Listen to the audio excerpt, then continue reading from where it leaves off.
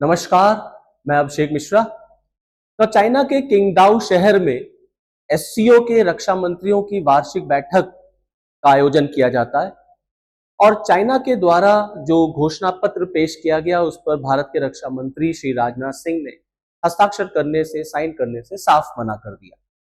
दरअसल चाइना में हुए इस वार्षिक सम्मेलन में ये चाइना की जिम्मेदारी थी कि वो इस सम्मेलन को सफलतापूर्वक इसका आयोजन करता और एक ऐसे घोषणा पत्र को तैयार करता जो उसके सभी सदस्य देशों को मंजूर होता। लेकिन जिस तरह का उसने घोषणा पत्र तैयार किया और जिस तरीके से चाइना और पाकिस्तान ने भारत के खिलाफ षड्यंत्र रचने की कोशिश की, भारत के रक्षा मंत्री श्री राजनाथ सिंह ने उसका मुंहतोड़ जवाब दिया। ऑपरेशन सिंदूर और पहलगाम हमले के बाद ये पहली बार ऐसा हुआ कि एक मंच पर एक तरफ भारत के रक्षा मंत्री थे और दूसरी तरफ पाकिस्तान के रक्षा मंत्री।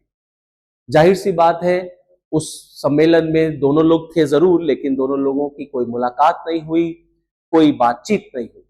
और भारत ने उस प्लेटफॉर्म से, उस मंच से, जहां एक तरफ पाकिस्तान के रक्षा मंत्री बैठे हुए थे और दूसरी तरफ चाइना के रक्षा मंत्री, भारत ने साफ साफ स्पष्ट कर दिया कि भारत किसी भी ऐसे घोषणा पत्र पर साइन नहीं करेगा जिसमें आतंकवाद का मुद्दा जो है वो उठाया ना गया हो।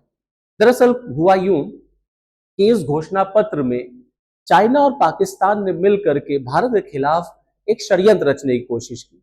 अब वह ये कि जो पहलगाम में आतंकवादी हमला हुआ था, आप सबको याद होगा कि पहलगाम में जिस तरह से आतंकवादी हमला हुआ जिसमें 26 निर्दोष लोगों को धर्म के आधार पर मारा गया था, पहलगाम हमले का जिक्र इस घोषणा पत्र में नहीं किया गया।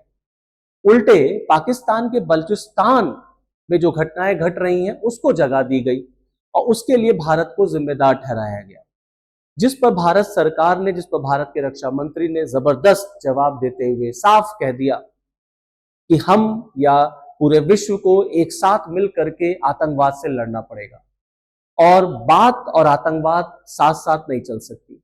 हमने स्पष्ट पाकिस्तान को भी और चाइना को, दोनों को संदेश दिया कि देखिए, बात और आतंकवाद साथ साथ नहीं चल सकता।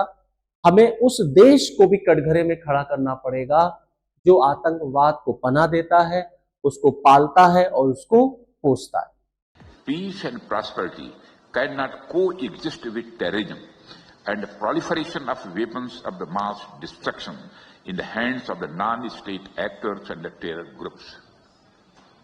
Dealing with these challenges require decisive action, and we must unite in our fight against these evils for our collective safety and security. It is imperative that those who sponsor, nurture, and utilize terrorism for their narrow and selfish ends must bear the consequences. Some countries use cross-border terrorism as an instrument of policy and provide shelter to terrorists.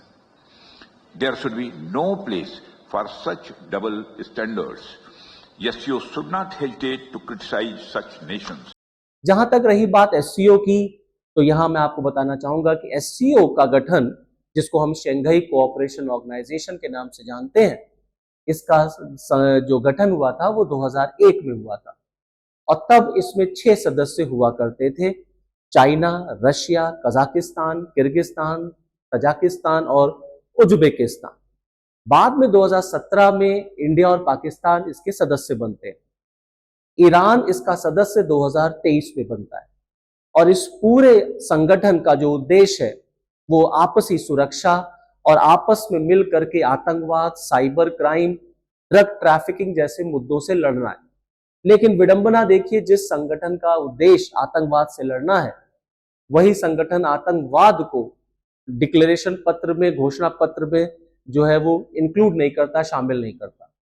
दरअसल ये China की सोची समझी एक साजिश थी, एक रणनीति थी।